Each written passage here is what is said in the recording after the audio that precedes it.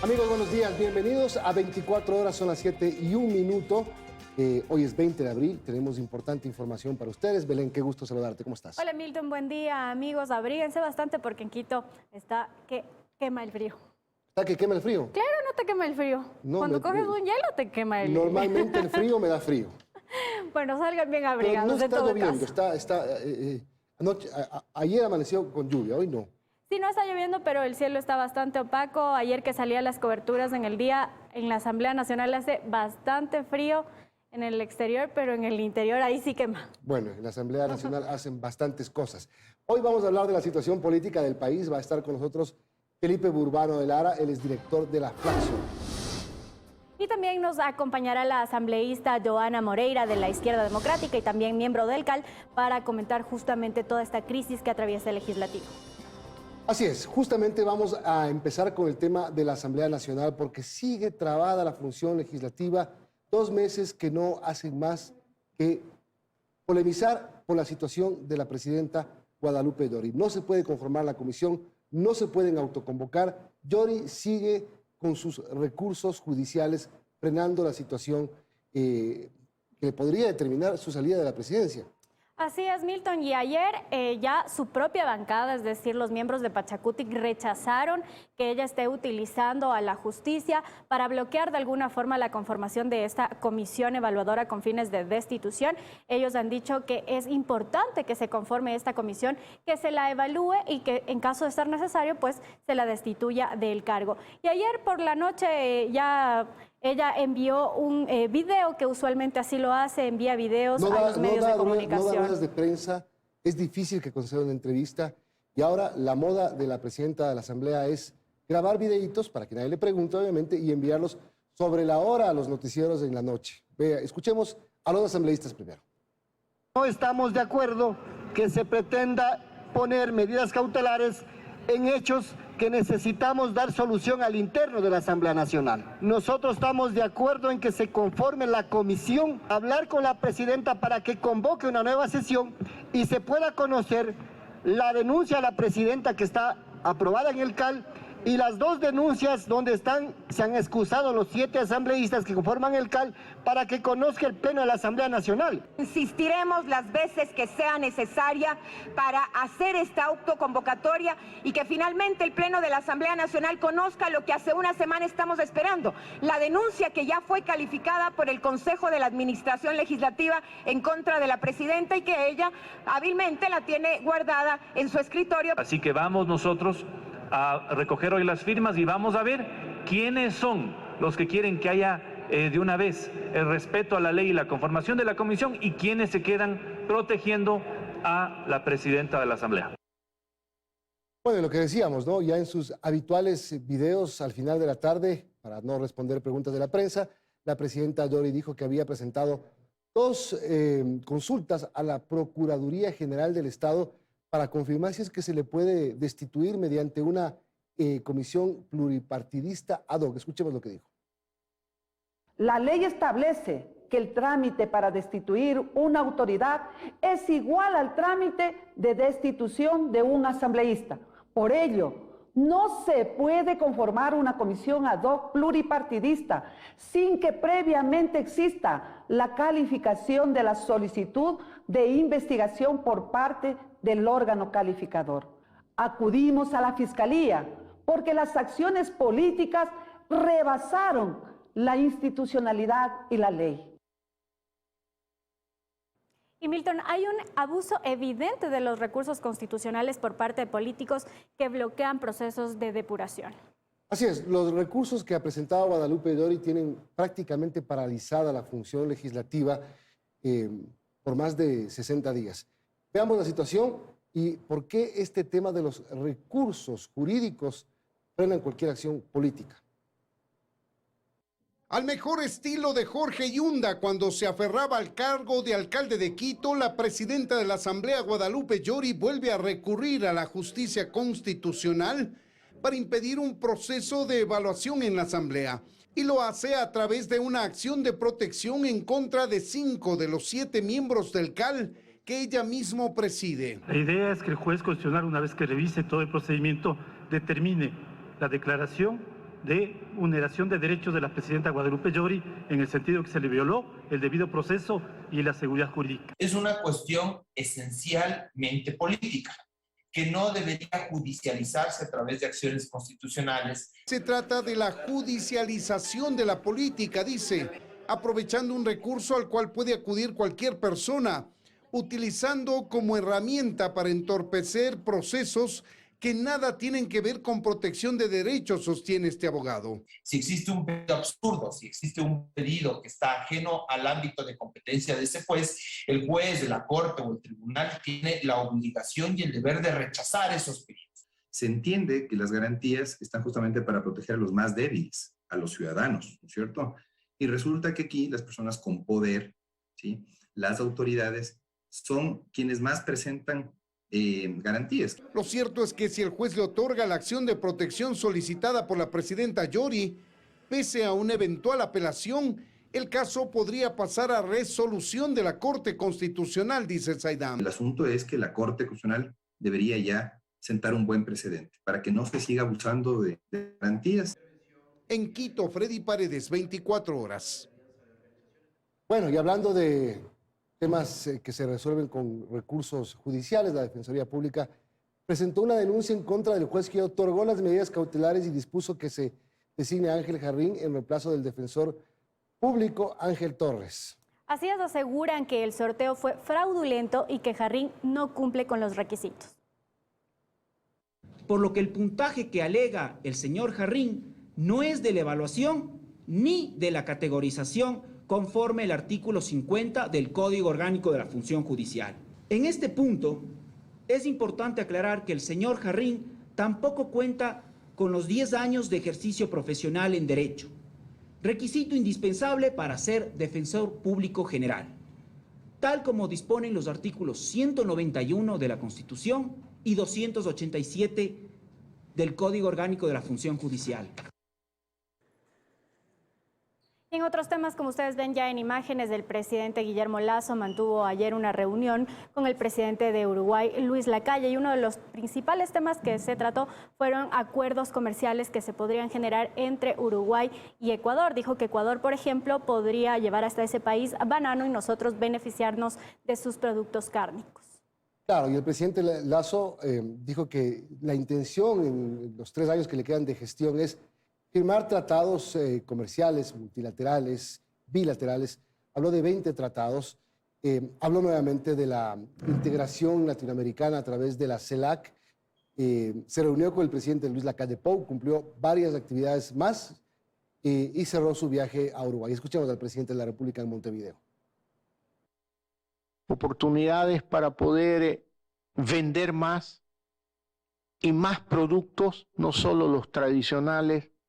Tenemos que ver al mundo y nos hemos planteado suscribir acuerdos de libre comercio durante los 4 años de gobierno con al menos 20 tratados con países que representen una cantidad importante del producto global. Tenemos que impulsar la integración de América Latina y del Caribe y precisamente a través de la integración y el comercio, dar respuesta a lo que ciudadanos esperan de nosotros.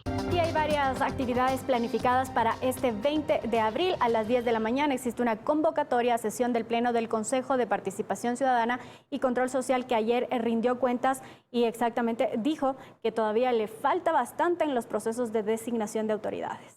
A las 10 también la rendición de cuentas 2021 del municipio del Distrito Metropolitano de Quito. A propósito, un sentido pésame al alcalde metropolitano Santiago Guarderas por el fallecimiento de su hermana.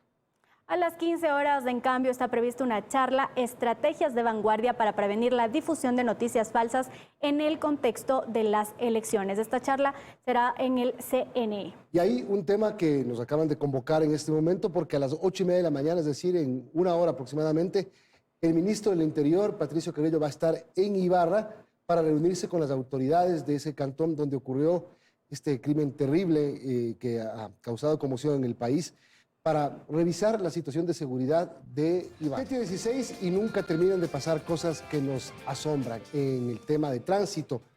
No conformes con el ataque cibernético que sufrió la Agencia Nacional de Tránsito, que causó un grave perjuicio no solo en dinero, sino en atención al cliente, no solo con las licencias fraudulentas, miles y miles de licencias fraudulentas, ahora se revela la matriculación fraudulenta de vehículos, Belén. Así es, Milton, el director de la Agencia Nacional de Tránsito denunció ayer que 147 municipios del país realizan procesos irregulares de matriculación a vehículos robados y clonados. Imagínate, los vehículos en cantones muy pequeños, pequeñitos, se matricula más cantidad de vehículos que en 4 centros de matriculación en la capital de la República, por ejemplo. ¿Cómo hacen? Son magos. No. El municipio que mayor cantidad de irregularidades había registrado es Muisne, ¿no? Ahí las autoridades dijeron que van a poner bastante atención de qué es lo que está pasando y también que se van a bloquear alrededor de 300, un poco más, de usuarios que tienen justamente las claves de la ANT para poder realizar estos procesos de matriculación. Claro, porque además tienen complicidad con funcionarios de la Agencia Nacional de Tránsito. Escuchemos al director de la ANT, que fue quien denunció esto. Estamos yendo a suscribir este momento una resolución en donde se dispone a las máximas autoridades de estos municipios y de estas mancomunidades para que procedan con la anulación de los procesos de matriculación irregulares que se han venido dando en estos municipios.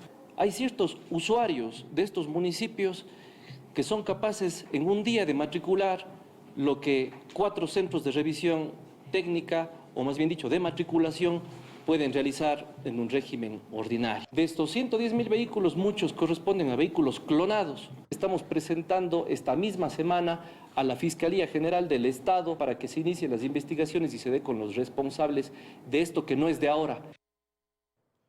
Qué terrible, ¿no? 50 millones de dólares es el perjuicio más o menos, pero más allá de todo eso es esa viveza, ¿no? El tema preocupante, Belén y amigos, es los vehículos robados. Los clonan, los cambian y andan circulando tranquilamente, bien matriculaditos por las calles del país. Por eso están tantos vehículos que se están robando últimamente en varias ciudades del país, ¿no? Antes se dejaba con un poco de tranquilidad los vehículos, pero ahora no puedes dejarlos en ningún lado. Robo, evasión tributaria, bueno, un montón de cosas. Y otro tema preocupante es el que pasa en el Hospital Francisco de Icaza Bustamante, que no tiene paracetamol. Así es, un informe de esa casa de salud reveló estas irregularidades y ya las autoridades han reaccionado al respecto. Nuestra compañera Vanessa Robles está justamente en el lugar para contarnos más detalles de este tema. Hola Vanessa, ¿qué tal? Cuéntanos.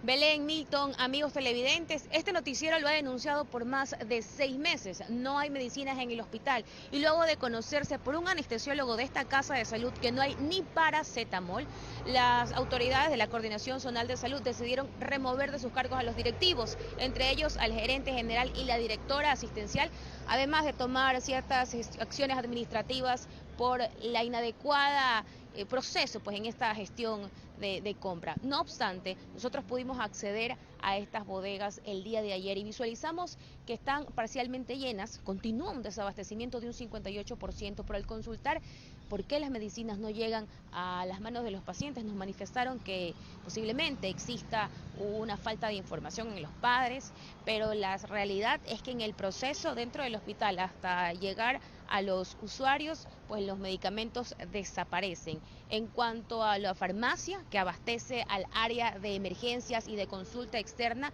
se encuentran, hay analgésicos, hay antibióticos. Llegó este martes un lote de 1.000 unidades de paracetamol que podría abastecer al hospital en los próximos 30 días. Al preguntarles qué pasaría después y qué pasa con la medicina que falta, nos manifestaron que están haciendo las gestiones para tratar de subsanar esta dificultad y conseguir esta medicina pues que llegue las próximas semanas. Sin embargo, esto no soluciona el problema medular, el de raíz, que es la falta de medicamentos en el hospital, que van a revisar casa adentro qué es lo que sucede. Lo cierto es que acá se atienden 500 niños en promedio al día.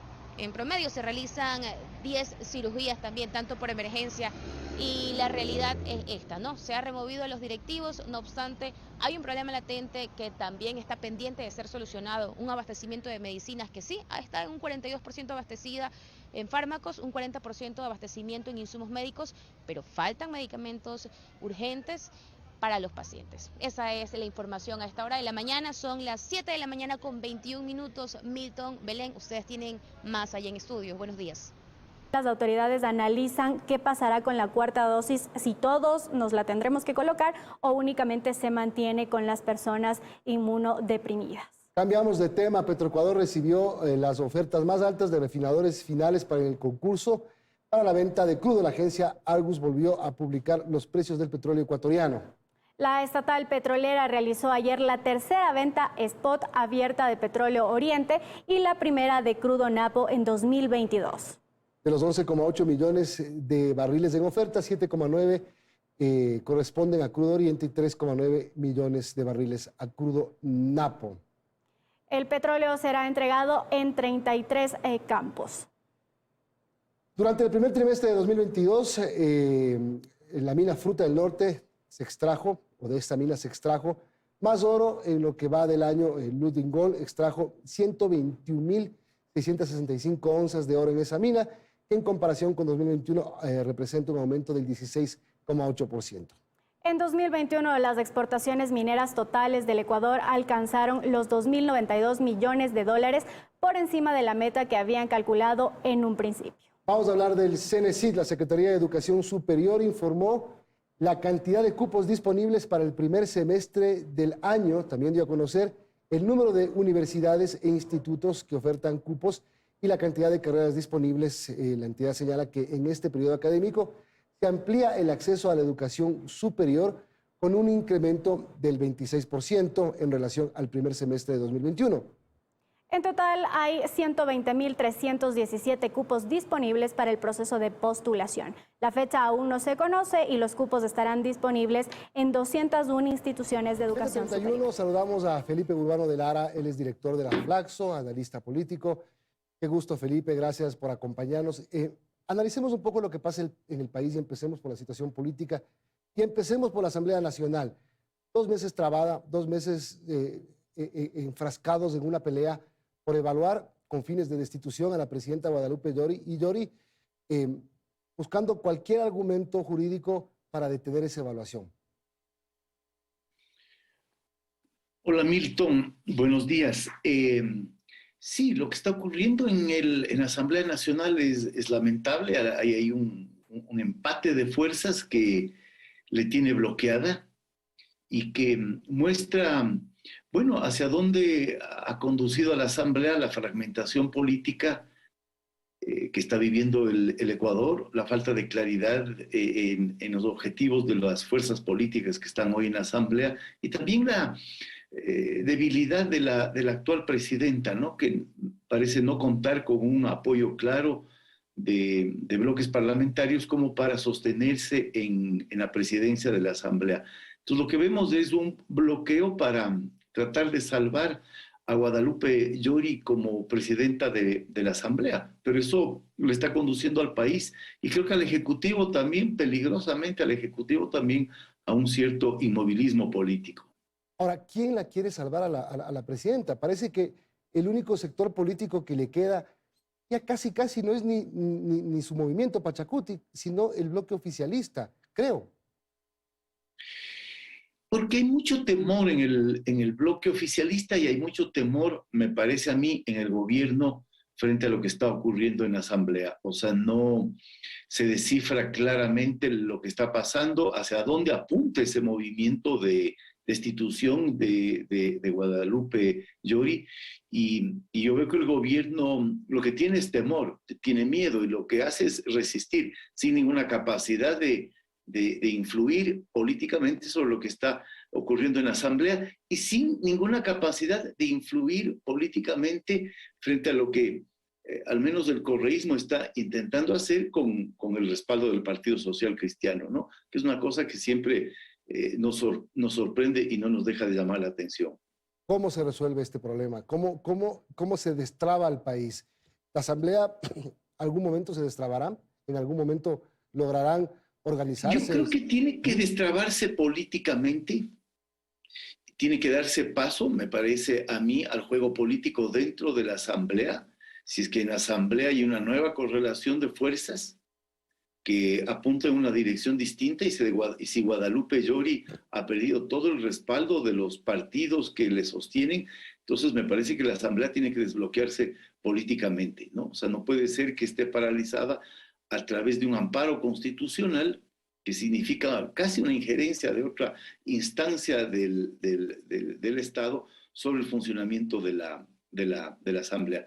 Pero me parece más complicado la actitud del gobierno frente a la Asamblea y esta parálisis que yo tengo la sensación está sufriendo el Ejecutivo frente a lo que ocurre en la Asamblea. Ahora, justamente la actitud del Ejecutivo. Primero, el presidente Lasso denuncia a los asambleístas que no le aprobaron la ley de inversiones. Hay un grupo de asambleístas calificados como ladrones y corruptos. Luego el presidente Lasso dice que va a gobernar haciendo como que la Asamblea no existe. Mañana nombra a un ministro de gobierno que lo saca de la Asamblea y que genera buenos comentarios en la Asamblea. Luego viene la liberación de Glass y el gobierno, haya o no haya pactado, es el principal afectado.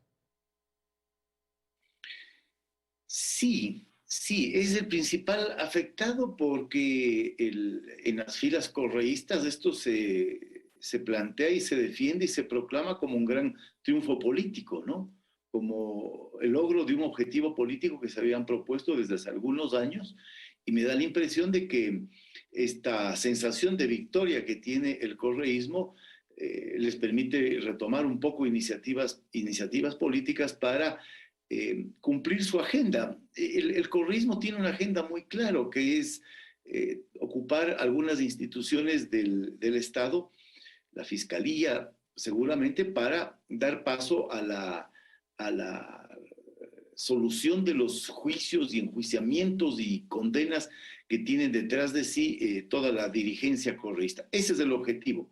Entonces, una fuerza política que está metida en ese juego, que no tiene otra perspectiva, que no tiene otra visión y que está dispuesta a hacer cualquier cosa para lograr ese otro objetivo. Uno de esos objetivos ya se cumplió, que es la liberación de Glass, y todos sentimos que haya habido una victoria con un costo enorme para el gobierno y con un costo enorme para esta débil institucionalidad política del Ecuador.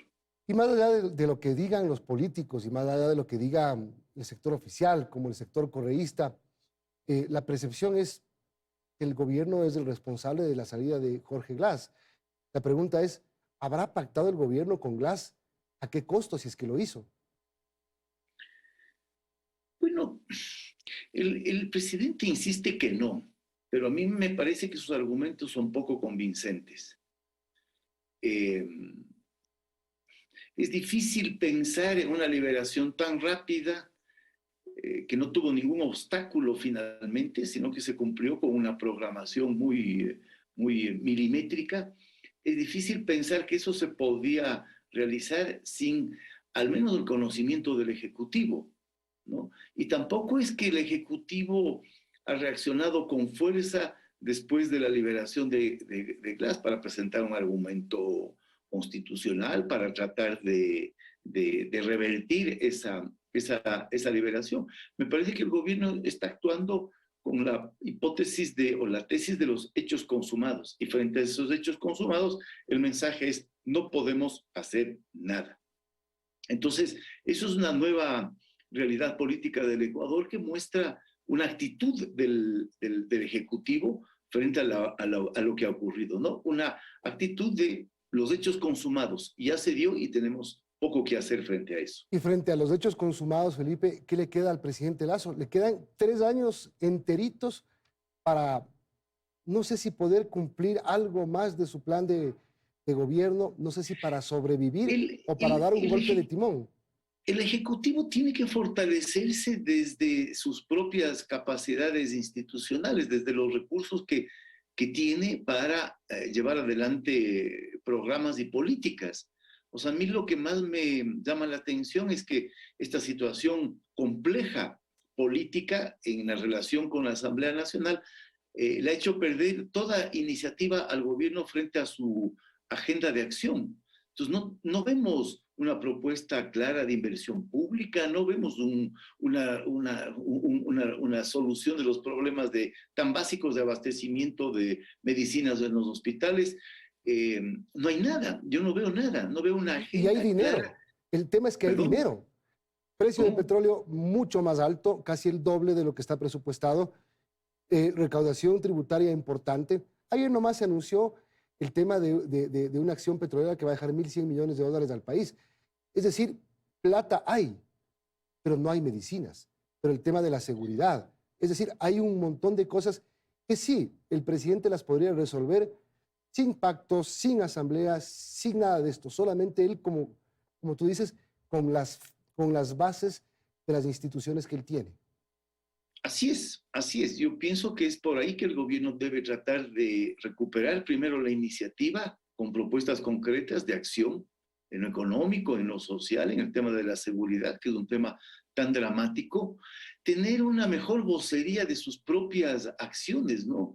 El gobierno en eso ha fallado. El único que habla es el presidente. Claro, es el vocero. Él es el vocero. Al ministro de Economía se le oye muy poco, cuando debería hablar más y dar direcciones y directrices más claras y señales más claras de por dónde se está moviendo el país. En fin, me parece que hay una ausencia de estrategia, una poca cohesión del Ejecutivo alrededor de sus capacidades políticas para mover al país en una cierta dirección, ¿no? Reactivar la economía, destacar las buenas señales que hay en economía, mostrar la generación de empleo.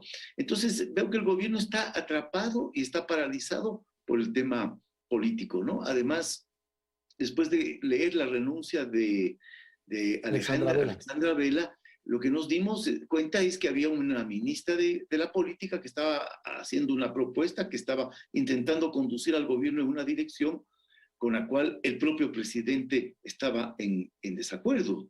Entonces, tampoco ahí hay una estrategia política, ¿no? Lo que ha habido durante muchos meses es un desacuerdo político al interior del gobierno. Sale la ministra de gobierno y no vemos una señal clara, ni por el lado político, que es por donde más complicado está el gobierno, ni por el lado de todas las posibilidades que podría hacer el Ejecutivo con los recursos y los poderes y las instituciones que controla y maneja, ¿no? No hay que esperar mucho de este gobierno porque la situación del país es muy compleja, pero sí señales claras en algunas direcciones, y eso no vemos. Felipe, gracias por este análisis interesante, importante. Felipe Urbano de Lara, director de la Flaxo, sociólogo, analista político. Gracias y buenos días. Gracias, Milton, a ustedes. Un saludo. 7:45 vamos a conversar con la asambleísta Joana Moreira, de Izquierda Democrática y miembro del Consejo de Administración Legislativa y también denunciada por la presidenta Guadalupe Llori. Primero, buenos días, asambleísta. Primero, el tema de la denuncia. Es una de las involucradas en este recurso presentado por la presidenta. No puede hacer nada. Bueno, muy buenos días para usted, para todo el pueblo ecuatoriano que nos escucha en este momento. Es lamentable que la presidenta intente seguirse aferrando a un cargo ya presentado contra el Pleno de la Asamblea Nacional que ella dirige, medidas cautelares, y ahora también lo pretende hacer con el Consejo de Administración Legislativa. Este abuso de la justicia hace incluso que seamos más asambleístas los que pedimos que un paso al costado o que se la pueda destituir, porque lamentablemente no está actuando como representante de uno de los primeros poderes del Estado. Y eso también se traslada a la ciudadanía. Ahora con esta acción de protección que incluso se le han mandado a aclarar, porque no sabemos si el abogado es abogado de ella personal, es abogado de la Asamblea Nacional, y incluso ni siquiera si lo presenta como presidenta o como ciudadana. Como ciudadana, como asambleísta.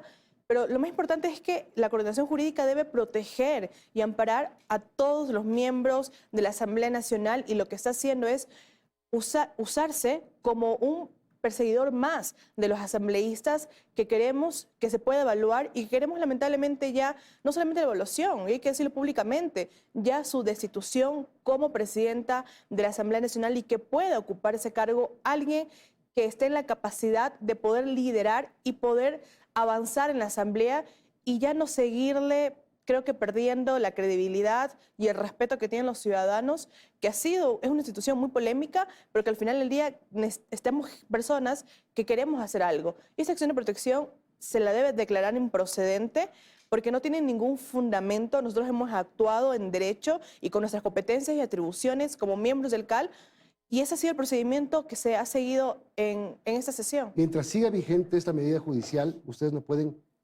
ni proceder con la comisión, ni autoconvocarse, ni nada.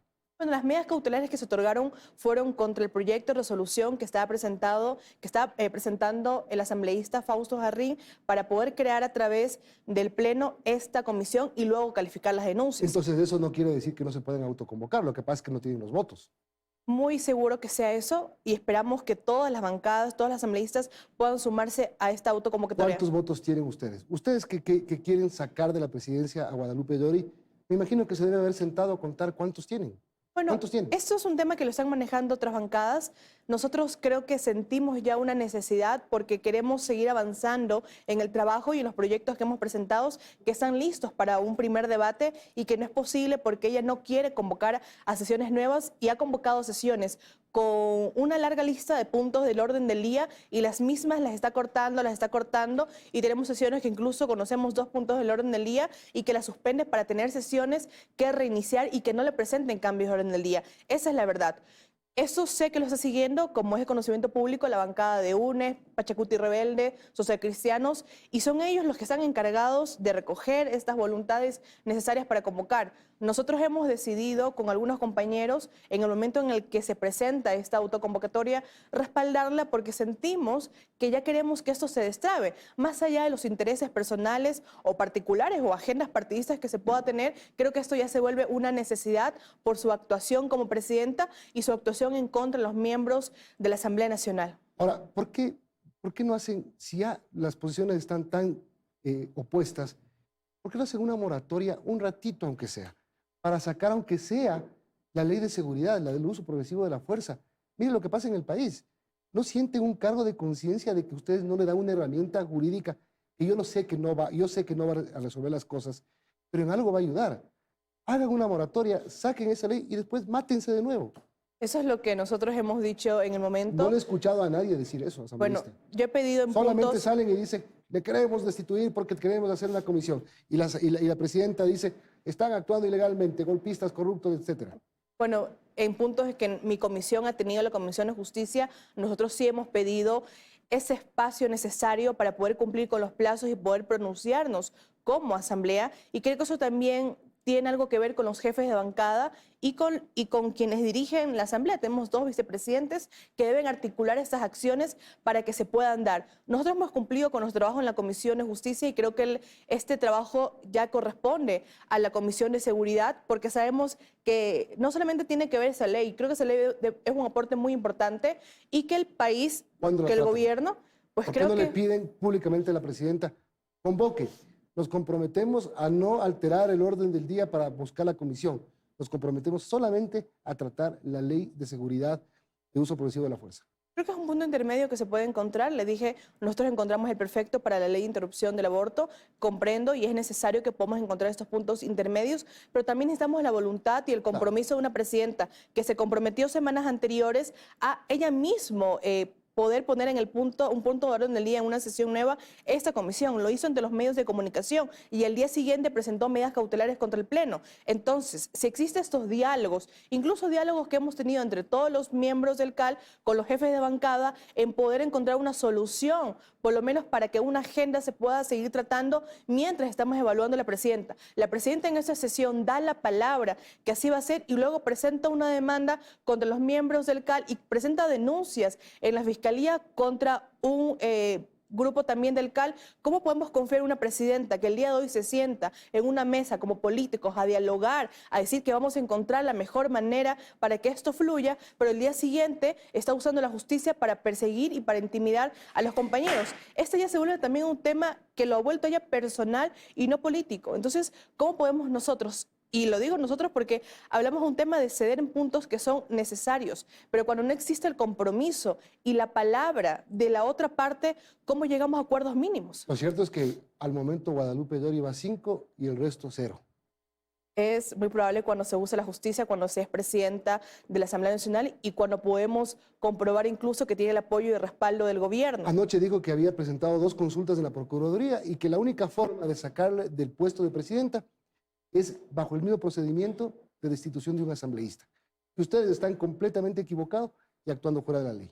Los votos no son los mismos, la ley es clarísima cuando especifica que se necesita mayoría absoluta para la institución de una autoridad. El procedimiento es el mismo, los votos no. Lo que le hemos dicho incluso a los compañeros, tienen ellos que presentar ante el CAL y el CAL tiene que calificar las denuncias como se hizo con la denuncia de Esteban Torres, pero ahora el presidente pretende decir que tenemos los 5 miembros que votamos, tenemos conflicto de intereses y que ninguno de los 7 miembros puede votar para poder calificar una denuncia contra Guadalupe Llori. Y eso es lo que presenta en la acción de protección. ¿Cómo vamos a tener conflicto de intereses nosotros cuando es una denuncia presentada ante la presidenta de la Asamblea Nacional? Entonces, está abusando no del derecho y está interpretando la ley a su mera conveniencia. Usted es parte de las personas que, como le dije al principio, denunció a Guadalupe Llori. ¿Le están llamando a decir que le van a allanar? ¿Eso decía usted? Sí, nosotros, bueno, sabemos que algunos compañeros, porque yo sí los llamé a ellos para ver qué tan cierto puede ser. Algunos compañeros de los que están en la denuncia. Sí, los que votamos a favor. Los 3 primeros que los denuncian por usurpación de funciones, a mí no me denunciaron, siendo incluso que yo participé en esa votación, pero sí recibí una llamada a la 1:30 de la mañana en la que me decían que estaban solicitando esas boletas para llenarme mi departamento y que me llamaban para avisar porque o no estaban de acuerdo con estas acciones. Y me llaman luego media hora después a decirme que ya tenían la boleta y que ya estaban yendo a mi domicilio. Yo le puedo decir, con 26 años, cuando jamás he tenido problemas con la justicia, cuando vivo sola en un departamento en Quito, alejada de mi provincia, alejada de mi familia, sé que estoy actuando de forma coherente, pero te preocupa en cualquier momento que la justicia pueda abusarse y que pueda entrar una persona desconocida, no se identificó. ¿Pero por qué deberían allanarle a usted si usted lo que está en contra suyo solamente es una medida cautelar, una acción de protección? Porque en ese momento, incluso cuando estábamos en la votación, en esta sesión del CAL, existían pronunciamientos incluso por parte de periodistas o de medios de comunicación que cubren notas por parte de la Asamblea Nacional manifestando de que habían fiscales y que les habían dado la orden que todo lo que pase en el CAL lo graben porque iban a llegar fiscales a llevarnos detenidos. Cuando lo dicen personas que trabajan en estos medios de comunicación y cuando incluso una persona muy cercana a la presidenta de la Asamblea Nacional me menciona que van a pedir nuevamente una reconsideración y que yo vote abstención porque los que iban a quedar a favor iban a presentarles una denuncia y que no era tan alejado de la verdad porque presentan una denuncia contra ellos, no la presentan contra mí. Recibo estas llamadas. Como le digo, sabemos que estamos actuando en justicia y de forma legal, pero cuando tienes a una presidenta de la Asamblea Nacional y tienes a un presidente de este país que lamentablemente tienen todo el poder para poder abusar en contra de las personas que no estamos en su línea o que no queremos ser alfombra de ellos. Llori tiene que irse, ¿o no? Tiene que irse. ¿O todavía hay espacio para hablar con ella y decirle, ok?